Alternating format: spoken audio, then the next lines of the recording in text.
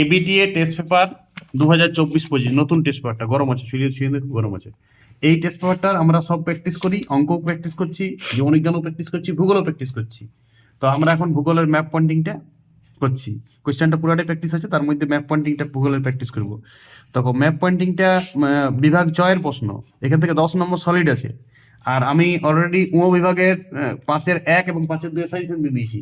তোমাকে 5-6টা কোয়েশ্চেন করলেই বড় প্রশ্ন সব কবে, এবং বড় প্রশ্নগুলো আমি বোর্ডে ইউটিউবে দেবো, কিভাবে লিখবে উত্তরটা, কিভাবে সাজাবে উত্তরটা, সব দেবো। এখন আমি ম্যাপ পয়েন্টিংটা করছি বিভাগ চয়ের। দেখো ফার্স্ট পেজ, এটা সবাই পেজ খুলো, 59 নম্বর পেজ, ভূগোল এবিটি এর নতুন টেস্ট পেপার। দেখো এইখানটায় সব ম্যাপ পয়েন্টিং প্র্যাকটিস। আরাবল্লী পর্বত, দেখো আরাবল্লী পর্বত রাজস্থানে আছে, দিল্লিগামী, এখান থেকে মোটামুটি দিল্লি পর্যন্ত যাবে। পর্বতটা এরকম চিহ্ন দিবে, এরকম চিহ্ন দিবে সবাই।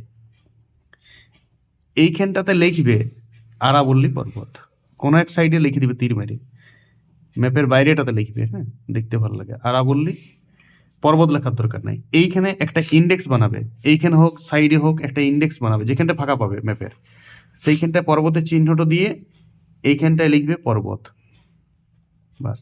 এটা হচ্ছে ইন্ডেক্স, এটা হচ্ছে ইন্ডেক্স। একটু লেখাটা জুম করবে, ইন্ডেক্স। তাহলে পর্বত 1 নম্বর কোশ্চেন আমার হয়ে গেল। এইটা পড়িছে 6 দাগের 1-এর কোশ্চেনটা, আর পুরাটাই 6 দাগের কোশ্চেন, 6 দাগ আর লেখার দরকার নেই, 1-এর আরাবল্লী। আর ওটা পর্বত এখানে শুধু লিখবে ইন্ডেক্সে। নেক্সট হচ্ছে এখানে গোদাবরী নদী। দেখো আমি সিরিয়াল বলেছি, মহানদী, গোদাবরী, কৃষ্ণা, কাবেরী। পূর্ব বাহিনী নদী মহানদী, গোদাবরী, কৃষ্ণা, কাবেরী, শুরু করে নেবে। তাহলে এখন পড়িছে গোদাবরী, তো মোটামুটি মিডিলটা গোদাবরী, মোটামুটি কিছুটা একটা পথ দেখাই হচ্ছে আমার। এইটা গোদাবরী, তার নিচটা কৃষ্ণা, তো এটা গোদাবরী অ্যারোমেট দিবে। এইখানটায় বাইরে লিখবে গোদাবরী। সবাই লেখাটা বুঝে নাও যে কি করে করবে। এইটা পেন্সিলে লিখতে পারো, পেনেও লিখতে পারো, কোনো যায় আসে না। এই ছবিটা পেন্সিলে করবে। আর এইখানটায় নদীর চিহ্নটা আমি এইরকম চিহ্ন একটা দিয়ে দেবো। এবার এইখানে গোদাবরী লিখবো না, এখানে শুধু নদী লিখবো, এইখানে গোদাবরী লেখা থাকলো। এইটা 2 নম্বর প্রশ্ন, 6 দাগের। নেক্সট, ভারতের প্রবেশদ্বার। ভারতের প্রবেশদ্বার তো আমরা সবাই জানি মুম্বাই, কোন একটা চিহ্ন দিবে। তো এখানে প্রবেশদ্বার হিসাবে যখন মুম্বাইটাকে দিয়েছে, তুমি একটা গেটের চিহ্ন দিয়ে দিবে, এটা গেটের চিহ্ন দিয়ে দিবে, বাস। এটা গেট, প্রবেশদ্বার। তাহলে ভারতের প্রবেশদ্বারে আমি কি চিহ্ন ইউজ করেছি, এরকম একটা গেটের চিহ্ন ইউজ করেছি, বাস। এখানে লিখবে প্রবেশদ্বার, ভারতের প্রবেশদ্বার। আর তুমি এইখানটাতে তুমি মুম্বাই লিখে দিতে পারো, আর ভেতর দিকে লেখো না, বাইরের দিকে লিখবে। হ্যাঁ, এখানে লিখে দাও মুম্বাই, ভারতের প্রবেশদ্বার। এটা 3 নম্বর প্রশ্ন, ভারতের প্রবেশদ্বার মুম্বাই। আমি যখন জানি তখন জায়গাটার নামও লিখে দিতে পারি। 3 নম্বর, পশ্চিম ভারতের পেট্রোসন। পশ্চিম ভারতের পেট্রোসন জামনগর লিখে দিবে। পেট্রোসন শিল্পকেন্দ্র তুমি নিজের থেকে একটা চিহ্ন দিবে, স্টার চিহ্ন দিতে পারো এরকম। হ্যাঁ, স্টার চিহ্ন, নতুন কোনো চিহ্ন দিবে, এবং প্রপার চিহ্ন বলে কোনো থাকে না। তাহলে এখানে পেট্রো রসায়ন শিল্প শুধু লিখবে, পেট্রো রসায়ন, হাত লেখা ভালো করবে, শিল্প। আর তুমি এইখানে লিখতে পারো, এটা ছিল 3 নম্বর। 4 নম্বর প্রশ্ন, জামনগর, জামনগর পেট্রোসন শিল্পকেন্দ্র, যা ইচ্ছা লিখতে পারো।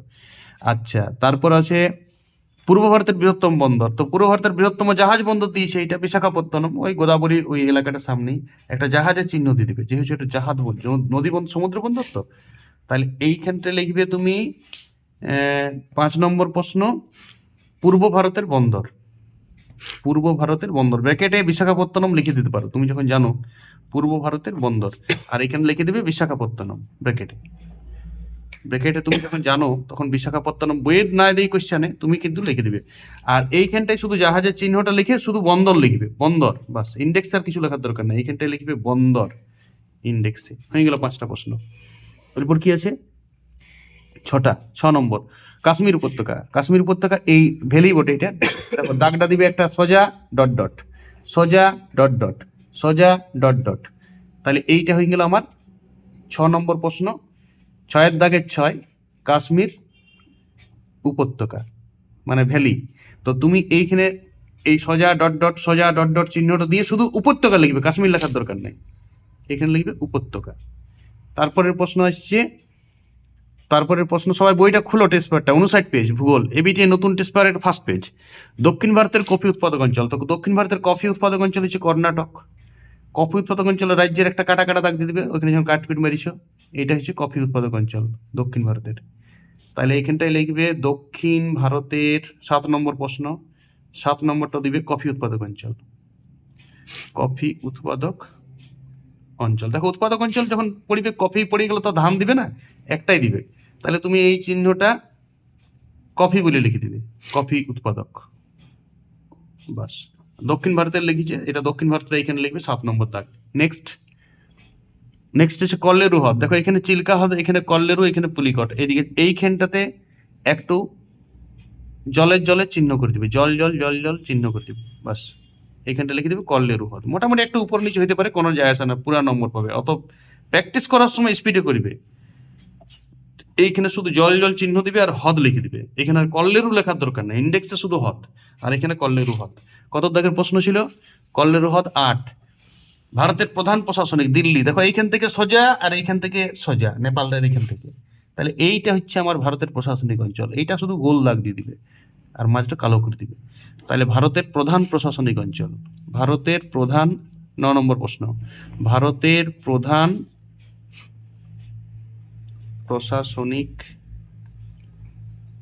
অঞ্চল, এটার নাম হচ্ছে 9 নম্বর প্রশ্ন, এটা দিল্লি ব্র্যাকেটে লিখে দিবে, তুমি জানো তো, তাহলে দিল্লি।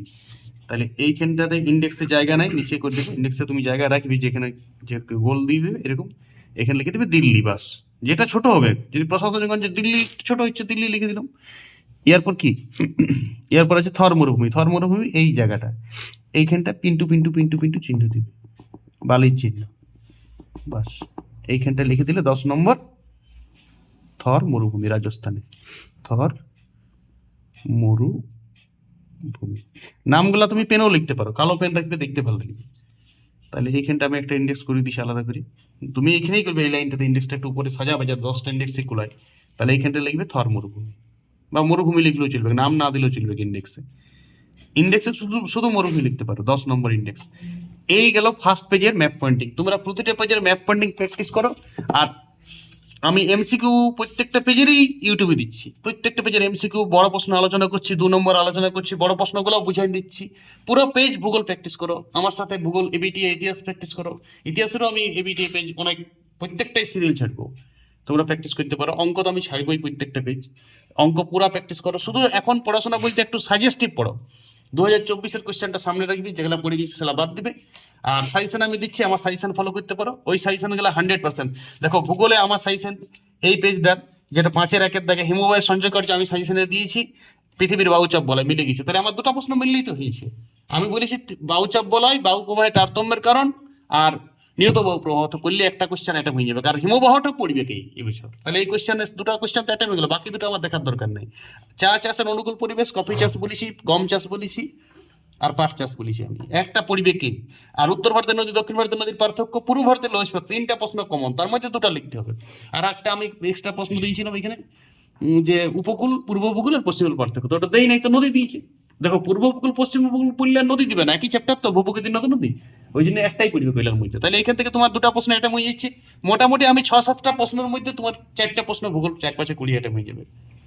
তাহলে ভূগোলের আর বাকি 3-4-12 যে সেটটা আসছে, এই সেটটার আমি রিসেন্ট সাজেশন দেবো। অ্যাকচুয়ালি এটা প্র্যাকটিস করো, টেস্ট পেপারের সব পেজ, সাজেশনের থেকেও বেশি ভালো হবে, তোমার কনফিডেন্স বাড়িয়ে যাবে। কিভাবে উত্তর লিখবে, কিভাবে সাজাবে, আমি পরে বলবো।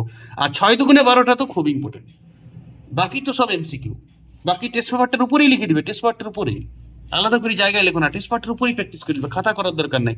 2 নম্বরগুলোও একটু টেস্ট পেপারের উপরেই লিখে নিবে হালকা করে, 3 নম্বরের জন্য একটু খাতাতে একটু সাজাবে, সব পেজ না, কিছু কিছু পেজ তো সাজা হয়ে গেল, তো ওই পেজটা রাইট মারি দেবে, ওই পেজটা আমি আগের পেজে করেছি। এমনি করে একটা ভূগোলের পেজ মোটামুটি 1 ঘন্টায় হয়ে যাবে, লেখার তো দরকার নেই কোনো কিছু। 1 ঘন্টা একটা ভূগোল পেজ প্র্যাকটিস হবে, 1 ঘন্টা একটা জীবন বিজ্ঞান পেজ প্র্যাকটিস হবে। এই সময় শুধু প্র্যাকটিসের মধ্যে থাকবে, এবিটিএ টেস্ট পেপারটা প্র্যাকটিস করো, বাস এনাফ। আর আগডুম বাগডুম বই দেখো না, একটা বইকে ভালোবাসো এবং সেই বইটা প্র্যাকটিস করে যাও। এবিটিএ টেস্ট পেপার বেরিয়ে গেছে, এবিটিএ টেস্ট পেপার করতে থাকো। ওকে।